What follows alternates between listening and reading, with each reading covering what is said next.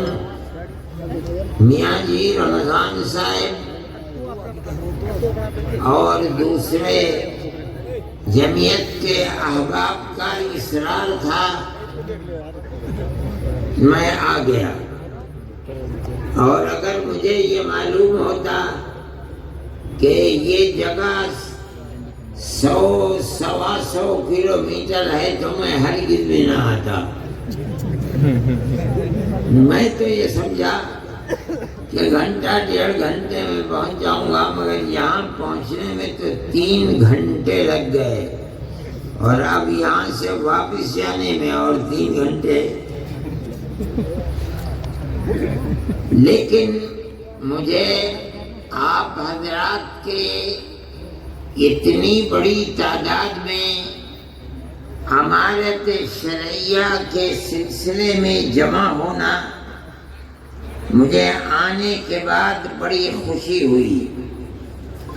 پتہ چلتا ہے کہ آپ حضرات کے دلوں میں اپنے علماء کی قدر ہے، دین کی قدر ہے۔ اسی لیے اس موضوع کے اوپر آپ حضرات کی تشریف آوری اتنے بڑے مجمع کے ساتھ ہوئی ہے۔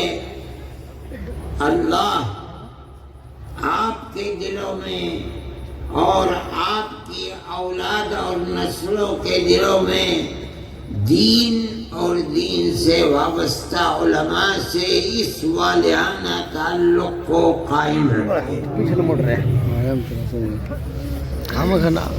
میرے بزرگوں اور دوستوں، امارت شرعیہ کا یہ نظام آپ کے اس صوبے اور خاص طریقے پر میوات میں تقریباً 10-12 یا 15 سال سے قائم ہے۔ میرے پاس مولانا خالد صاحب مرحوم اس وقت آئے اور آ کے کہا کہ ہم امارت شرعیہ کے لیے کسی آدمی کا انتخاب کر دیا جائے تو اس کو قائم کریں گے۔ میں نے کہا بتائیے کون آدمی ہے؟ انہوں نے مجھے بتایا کہ مولانا اسحاق صاحب مرحوم اس کام کے لیے مناسب رہیں گے۔ میں ان کو لے کر اس وقت کے امیر شریعت کے پاس گیا اور میں نے ان سے عرض کیا کہ میوات میں جس سے وابستہ اور بھی ایسے صوبے ہیں جن میں مسلمانوں کی تعداد کم ہے، مولانا جانے پہچانے آدمی ہیں، آپ انتخاب فرما دیں۔ اللہ غریب رحمت فرمائے، انہوں نے میرے سامنے ہی ایک کاغذ کے اوپر مولانا اسحاق صاحب کا نام لکھ کر کے اور 2-4 جملے کہ میں ان کو نائب امیر شریعت کی حیثیت سے ان کے نام کو منظور کرتا ہوں، وہ مجھے دے دیا۔ میں نے مولانا خالد صاحب مرحوم کو دے دیا۔ لیکن یہ قدرت کا کرشمہ ہے کہ مولانا اسحاق صاحب بیمار ہو گئے اور ایک لمبی بیماری صاحب فراش، چلنے پھرنے سے معذور ہو گئے۔ امارت شرعیہ کے پلیٹ فارم سے کام جو ہونے چاہیے تھے وہ کام نہیں ہو سکے۔ حقیقت یہ ہے کہ اگر مولانا صحت مند ہوتے اور امانت شرعیہ کے پلیٹ فارم سے متحرک ہوتے، کام کرتے، تو اس وقت ان کے دنیا سے جانے کے بعد امیر شریعت کے لیے کام کی ڈگر، کام کا نہج، کام کا طریقہ مشہور و معروف ہوتا اور موجودہ نائب امیر شریعت کو کام کرنے میں سہولت ہوتی. لیکن وہ علماء جن کو مولانا الیاس صاحب نے پکڑا ہے اور جو اپنی خوش قسمتی سے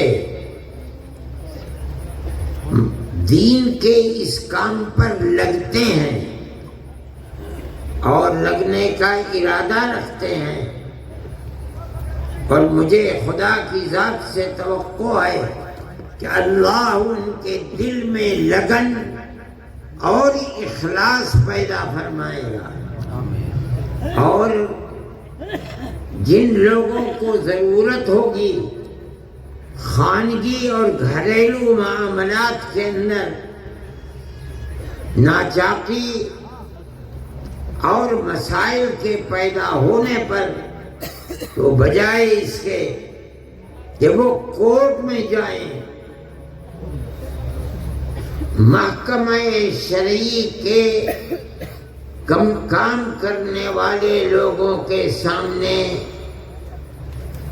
اپنی تحریر دیں گے کہ ہمارے اختلافات ہیں، ہم آپ کو حکم بناتے ہیں اور آپ جو فیصلہ کریں گے ہمیں منظور ہوگا. ان کو حکم بنا کر ثالث کے طریقے کے اوپر رکھیں، معاملات کو رکھیں، اور وہ اللہ کو اپنے سامنے حاضر و ناظر سمجھ کر بغیر کسی رعایت کے قرآن و حدیث کو اپنے سامنے رکھ کر اس کے مطابق فیصلہ دیں. یہ ضروری ہے آپ اس چیز کو سمجھیں کہ عدالتی نظام ساری دنیا کے اندر رائج ہے. آپ اگر حکم اور حاکم بن کر بیٹھیں گے تو آپ کے خلاف مقدمے ہوں گے، آپ ہار جائیں گے، آپ کا نظام بند ہو جائے گا. اگر آپ کسی چیز کو چلا سکتے ہیں تو اس کی صرف ایک ہی صورت ہے کہ آپ محکمہ شرعیہ چلانے والوں کو ثالث بنائیں اور یہ کہیں کہ ہمارا جھگڑا ہے، ہم آپ کے سامنے پیش کرتے ہیں، آپ ہمارے جھگڑے کے درمیان میں فیصلہ فرما دیں. اس تحریر کے بعد جس پر دونوں فریقوں کے دستخط ہوں گے یہ چیز چلے گی، بجائے اس کے کہ آپ لاکھوں اور کروڑوں روپیہ عدالتوں کی نظر کر لیں، فقیر بن جائیں، زمینیں بک جائیں.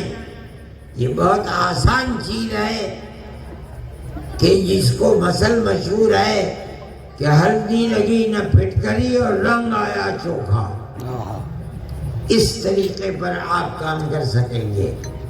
لیکن میں حضرت مولانا سے عرض کرتا ہوں کہ جو حکم بنیں گے، ثالث بنیں گے، وہ مدرسوں کے پڑھانے والے لوگ ہوں گے. یہ ایک دوسرا موضوع ہے کہ دو آدمیوں کے درمیان میں دونوں کے بیانات لینا، ان بیانات کو لے کر کے پھر آپس میں ہو سکتا ہے ضرورت جرح کی پڑ جائے، اس کی بنیاد کے اوپر ہو سکتا ہے گواہوں کی ضرورت پڑے. فیصلہ کرنے کے لیے وہ طریقہ جو عدالتوں کے اندر چلتا ہے سمجھنے کے لیے ٹریننگ کی ضرورت ہے. میں ان حضرات سے مولانا سے میں نے منصور پوری سے مولانا سلمان صاحب منصور پوری سے میں نے کہا تھا کہ حضرت مولانا جب متعین کرتے ہیں کہ اس جگہ یہ، اس جگہ یہ، اس جگہ یہ، ان کو 1 2 3 4 دن کے لیے بلاؤ، جو لوگ طریقہ جانتے ہیں ان کی ٹریننگ کریں، انہیں بتائیں، تاکہ فریقین میں کسی کو اپنے دل میں یہ حسرت نہ رہے کہ معاملہ صاف نہیں ہوا اور ہم اپنے دلائل پیش نہیں کر سکے، یا ہم نے پیش کیے انہیں قبول نہیں کیا جا سکا۔ ہر چیز تحریر میں لے آنی چاہیے۔ میں یہ سمجھتا ہوں کہ اگر اس مسئلے کو اس انداز پر کیا گیا اور یہ حضرات تیار ہیں 1 دن کے لیے، 2 دن کے لیے، 3 دن کے لیے، آپ بھیجیے، اس میں جس چیز کی ضرورت ہوگی یہ فقیر بھی اس میں پوری طرح مدد کرے گا۔ اگر اور حضرات کو ٹریننگ دینے والوں کو بلایا گیا تو میں اس سلسلے میں ان سے گزارش کروں گا کہ وہ آئیں اور آ کر ان حضرات کی ٹریننگ کو مکمل کریں، چاہے 1 مرتبہ، چاہے سال میں 2 مرتبہ، جب ضرورت پڑے انشاءاللہ میں اور یہ حضرات آپ کی مدد کریں گے۔ دوسری چیز میں یہ کہنا چاہتا تھا کہ امارت شرعیہ کا کام صرف یہی نہیں ہے کہ شوہر اور بیوی کے جھگڑوں کو نمٹائے، نہیں، اس کے علاوہ ہمارے اور آپ کے معاشرے میں، ہمارے جوانوں کے اندر، لڑکوں میں، لڑکیوں میں جو برائیاں پھیل رہی ہیں، اگر ان پر قدغن نہ لگائی گئی، ان کو جمع نہ کیا گیا، اور جہاں بھی علماء ہیں، جس گاؤں میں ہیں، جس شہر میں ہیں، جس محلے میں ہیں، اگر ان کے ہاتھ کو نہیں پکڑیں گے تو 1 2 نسلوں کے بعد آپ کی ان آبادیوں کے اندر ٹوپی پہننے والے اور مسجدوں کو آباد کرنے والے لوگ نہیں ملیں گے، خدا نخواستہ۔ امارت شرعیہ کے ساتھ بہت علماء جڑے ہوئے ہیں، پڑھائیے بھی، اس کے ساتھ ساتھ طلباء پر نظر بھی رکھیے، ان کی تربیت بھی کیجیے، مطالعہ بھی کیجیے، اس کے ساتھ ساتھ ہر جوان کو دیکھ بھال کر کے اس کے ہاتھ کو پکڑنا اور اس راستے کو بتانا جو آپ کے آباء و اجداد کا راستہ ہے، علماء کا راستہ ہے، اللہ کے نبی کا بتایا ہوا راستہ ہے، اس راستے پر لے کے چلے۔ یہ بھی امارت شرعیہ کا ایک بنیادی طریقہ کار ہے، اگر آپ اس کو نہیں اپنائیں گے تو آپ کا کام مکمل نہیں ہے۔ وہ ماں باپ جو اپنے بچے کو دیکھ رہے ہیں کہ وہ راستے سے ہٹا ہوا ہے، علماء کو بتائیں، علماء کا یہ فرض ہے کہ جائے، قریب کرے، محبت اور پیار کے ساتھ سمجھائے اور امر بالمعروف اور نہی عن المنکر کر کے اس کو سیدھے راستے پر لائے۔ یہ فرض ہے مجھ سے لوگوں نے اس سفر میں بھی بتایا، پہلے بھی بتاتے ہیں کہ لوگوں کے اندر جوا، سٹا، شراب، بدکاری پہلے سے بہت زیادہ ہے، اور یہ چیز آپ کی بھی عفت و پاک دامنی کے اوپر بھٹا لگائے گی۔ آپ کے بچے اگر محفوظ نہیں ہیں لڑکے، یاد رکھیے کہ آپ کی لڑکیاں بھی محفوظ نہیں رہ پائیں گی۔ دنیا کے اندر آج وہ طبقے ابھر رہے ہیں، طاقتور بن رہے ہیں، جن کا مقصد یہ بنا ہوا ہے کہ وہ مسلمان بچیوں کو آوارہ گردی کا شکار بنائیں۔ مخلوط تعلیم اور موبائل سب سے بڑا ذریعہ ہے بربادی کا۔ بچیوں کے ہاتھ میں موبائل، گھر کے اندر اور گھر سے باہر، یہ ان بچیوں کی بربادی کا سب سے بڑا ذریعہ ہے۔ ایسے واقعات ہوتے ہیں کہ بچیاں مخلوط تعلیم کے اندر نہیں ہیں، لڑکیاں لڑکیوں کے اسکول میں ہیں، لڑکے لڑکوں کے اسکول میں ہیں۔ اس کے باوجود ایک تو وہ ٹیچر جو ان لوگوں کے ہاتھ میں ہیں جو ان بچیوں کو برباد کرنا چاہتے ہیں، دوسرے موبائل، انہوں نے اس کے باوجود ان کو برباد کر دیا۔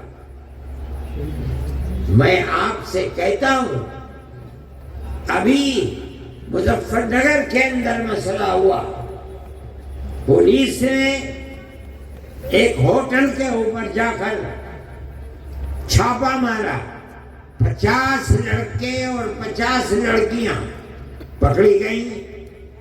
جب پردہ اٹھا ان کے اوپر سے تو تقریباً 36 یا 36 سے زائد لڑکیاں مسلمان بچیاں تھیں۔ یہ بچیاں، حیرت کی بات یہ ہے کہ اس اسکول کی پڑھنے والی تھیں جو اسکول صرف بچیوں کے لیے ہے۔ سوال پیدا ہوتا ہے کہ ان لڑکوں سے جو مسلمان لڑکے نہیں تھے، ان کا تعلق کیسے پیدا ہوا؟ اس کی دو ہی چیزیں ہیں کہ جو ٹیچر ہیں وہ مسلمان نہیں ہیں، حالانکہ عورتیں ہیں۔ دوسری چیز موبائل، اس نے تباہ کر کے رکھ دیا۔ اب ان ماں باپ کا کیا حال ہے؟ جمعیت علماء کے لوگ وہاں گئے، ہاتھ جوڑ کر کھڑے ہو گئے کہ ہم کچھ نہیں کریں گے، ہماری یہ ٹوپی تمہارے پیروں میں ہے، ہمیں برباد مت کرو۔ ان لوگوں نے مجھ سے کہا، میں نے کہا چھوڑ دو، جنہیں خود اپنی بربادی کے اوپر رونا آتا ہے اور انہوں نے اپنی بچیوں کے ہاتھ کو چھوڑ دیا اور یہ سمجھتے ہیں کہ موبائل اور اسکول میں پڑھنا انہیں نقصان نہیں پہنچائے گا۔ میں آپ سے کہہ رہا ہوں کہ آپ اگر اس پر قدغن اور روک نہیں لگائیں گے تو آپ اپنی بچیوں کی عفت و پاک دامنی کی حفاظت نہیں کر سکتے۔ حضرت امیر شریعت صاحب میرے پاس بیٹھے ہوئے ہیں، میں یہ کہنا چاہتا ہوں، اور بہت علماء ہیں، اس کے لیے پروگرام بناؤ،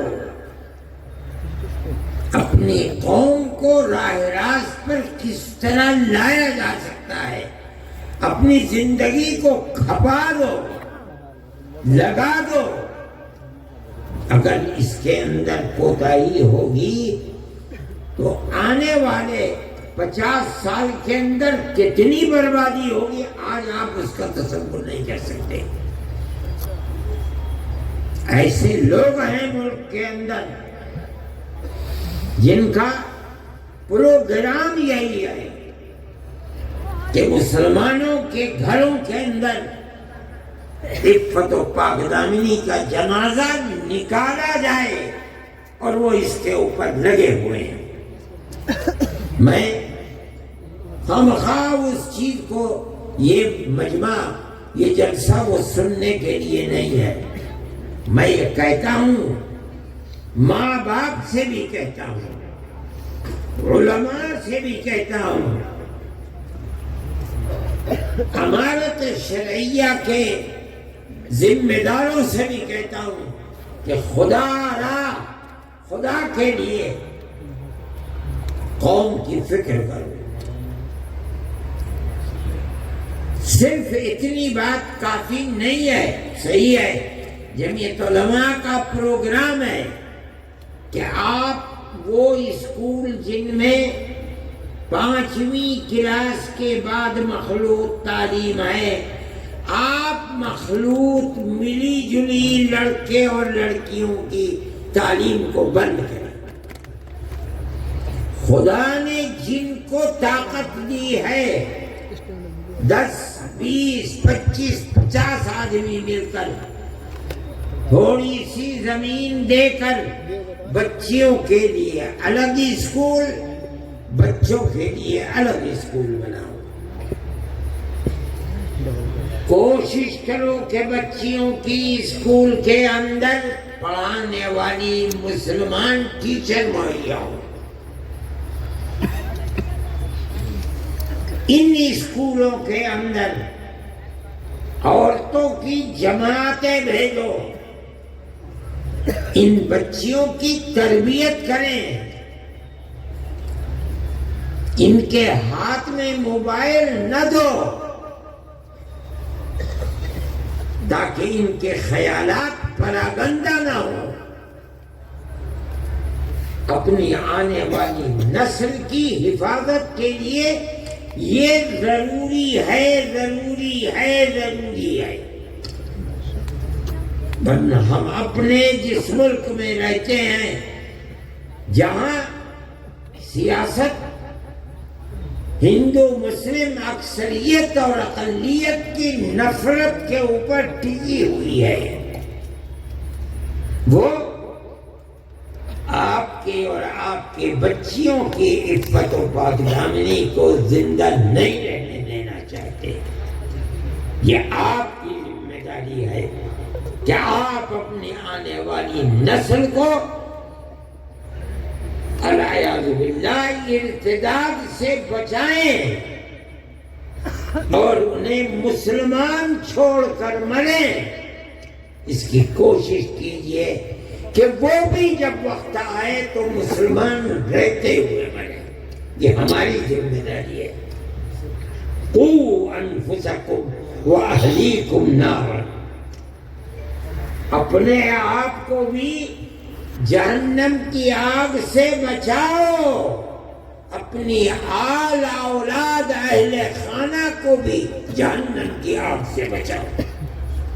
یہ جبھی ہوگا جب ماں باپ، بہن بھائی، بڑے اور چھوٹے اس نقطۂ نظر میں سب متفق ہوں کہ ہمیں اپنے گھر، در، اولاد، بیوی، بچے، بچیوں سب کو جس طرح ہم مسلمان ہیں انہیں بھی مسلمان ہی بنا کر دنیا سے جانا ہے۔ یہ بھی امارت شرعیہ کا پہلو ہے، ضروری ہے۔ اس لیے آپ حضرات جس ولولے اور جذبے کے ساتھ آئے ہیں، میں آپ سے کہتا ہوں کہ آپسی گھریلو جھگڑے یقیناً ان کا حل ہونا چاہیے۔ امارت شرعیہ کا پلیٹ فارم اس کے لیے نہایت ضروری ہے، لیکن صرف یہی امارت شرعیہ کا کام ہے اور کچھ نہیں، غلط ہے۔ میں نے کہا کہ اپنی اور اپنی نسل کی حفاظت یہ کم ضروری نہیں ہے، ضروری ہے اور بہت زیادہ ضروری ہے۔ میرے بھائی، میں نے تو ان سے یہ کہا تھا کہ میں 10-15 منٹ بولوں گا، اس کے ساتھ ساتھ میں اپنی بات کو ختم کرنے سے پہلے آپ سے کہتا ہوں کہ ہم اور آپ اسی ملک کے رہنے والے ہیں۔ اگر اس ملک میں جاٹ رہتا ہے تو مسلمان بھی جاٹ ہے، اگر ہندو برہمن ہے تو کشمیر میں جا کے دیکھو مسلمان بھی برہمن ہے، راجپوت ہے ہندو، مسلمان بھی راجپوت ہے۔ ہر برادری جو ہندوؤں میں پائی جاتی ہے ہندوستان میں، مسلمانوں میں بھی وہ برادری پائی جاتی ہے۔ اس کا مطلب یہ ہے کہ دنیا یہ سمجھتی ہے، نادان بے پڑھے لکھے، کہ ہندوستان میں مسلمان باہر کے آئے ہوئے ہیں، وہ جاہل ہیں۔ کچھ لوگ ہو سکتا ہے 1,00,000 2,00,000 10,00,000 ہندو مسلمان ایسے ہوں کہ جو باہر کے آئے ہوئے ہیں، آگے آج ساری دنیا کے اندر مسلمان ہیں، امریکہ میں جاؤ مسلمان ہے، یورپ میں جاؤ مسلمان ہے، اور ساری دنیا کے لوگ آئے ہیں کھانے کمانے کے لیے، وہ بھی وہاں پہنچے۔ لیکن ہندوستان کے اندر ایسا نہیں ہے۔ یہاں تو 96 97 98 99% مسلمان اسی ملک کا رہنے والا ہے۔ ان کی زبان ایک ہے، پہناوا ایک ہے، رہن سہن ایک ہے، کہاں دوسرے کے۔ لیکن میں یہ کہتا ہوں کہ جب ہم ایک ہیں، ایک ہی گھرانے سے پیدا ہوئے ہیں، ہمارے ماں باپ ایک ہی تھے، تو ٹھیک ہے لوگ نفرت کی سیاست کرتے ہیں، لڑاتے ہیں، جھگڑاتے ہیں، لیکن مسلمان کو اپنا مذہبی فریضہ سمجھ کر یہ بات کہنی چاہیے کہ مذہب کچھ بھی ہو، ہم ایک ملک کے رہنے والے، ہم سب بھائی بھائی ہیں۔ آپ 1400-1300 سال سے اس ملک میں رہتے ہیں اور اسی تاریخ کے ساتھ رہتے ہیں، گاؤں در گاؤں رہتے ہیں، ہندو اور مسلم رہتے ہیں، پیار و محبت کے ساتھ رہتے چلے آئے ہیں۔ یہ ہمارا امتیاز ہے۔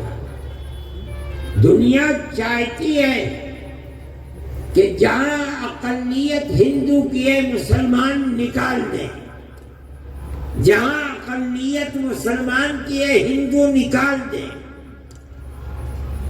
مسلمان کی دکان سے نہ خریدو، مسلمان ہندو کی دکان سے نہ خریدیں۔ یہ ہماری تاریخ نہیں ہے۔ ہم تو بھائی بھائی کی طرح رہتے تھے۔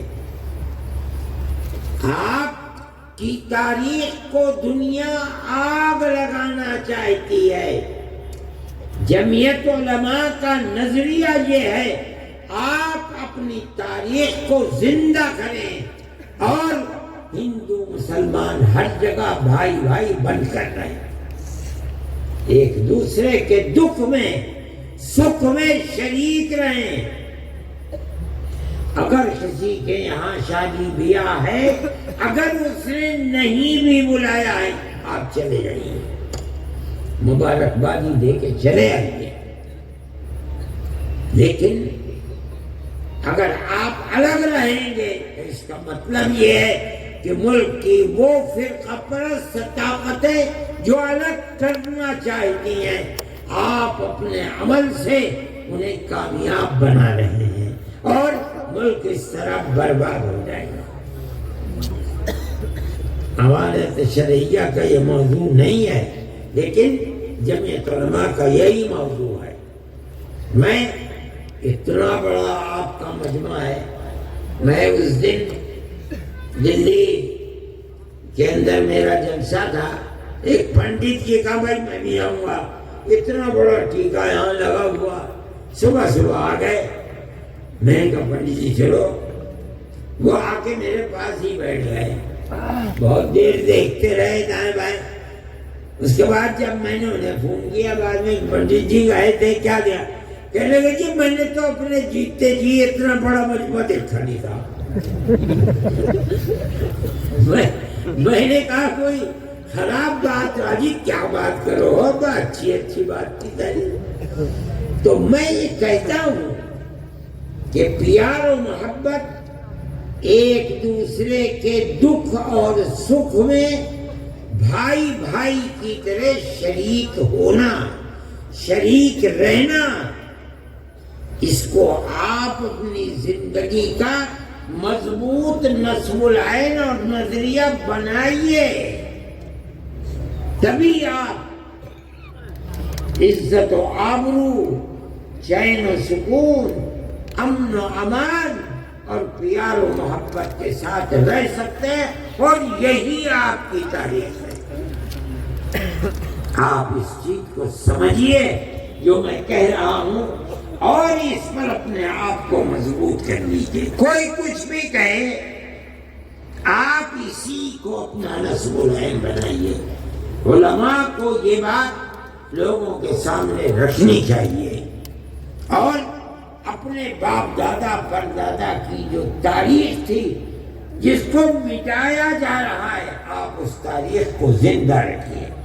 دوسرے جو بات میں نے کہی ہے، بچیوں کے اسکول الگ، بچوں کے اسکول الگ بنائیے، اور ان بچیوں کے اندر اور بچوں میں بھی آپ تبلیغی جماعت کو، عورتوں کی جماعت ان اسکولوں میں، بچیوں کے، مردوں کی جماعت بچوں کے اسکول، ان کی صحیح تربیت کیجیے، رکھیے۔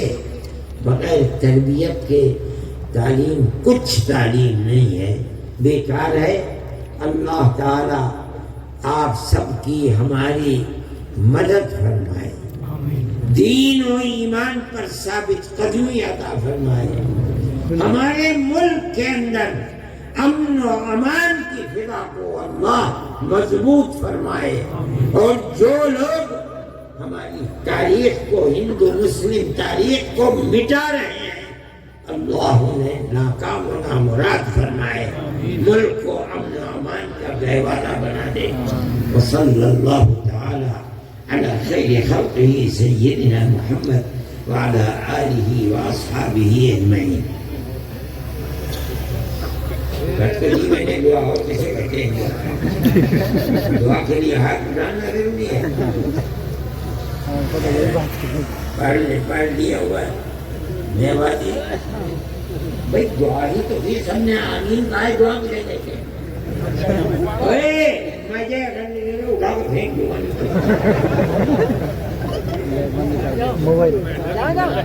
اللهم إنا نشهدك أنت الله لا إله إلا أنت الأحد الصمد الذي لم يلد ولم يولد ولم يكن له كفوا أحد اللهم صل على سيدنا عبدك ورسولك محمد النبي الأمي وعلى آله وأصحابه وأهل بيته وبارك وسلم كما تحب وترضى عدد ما تحب وترضى اللهم يا مولانا إنا نسألك موجبات رحمتك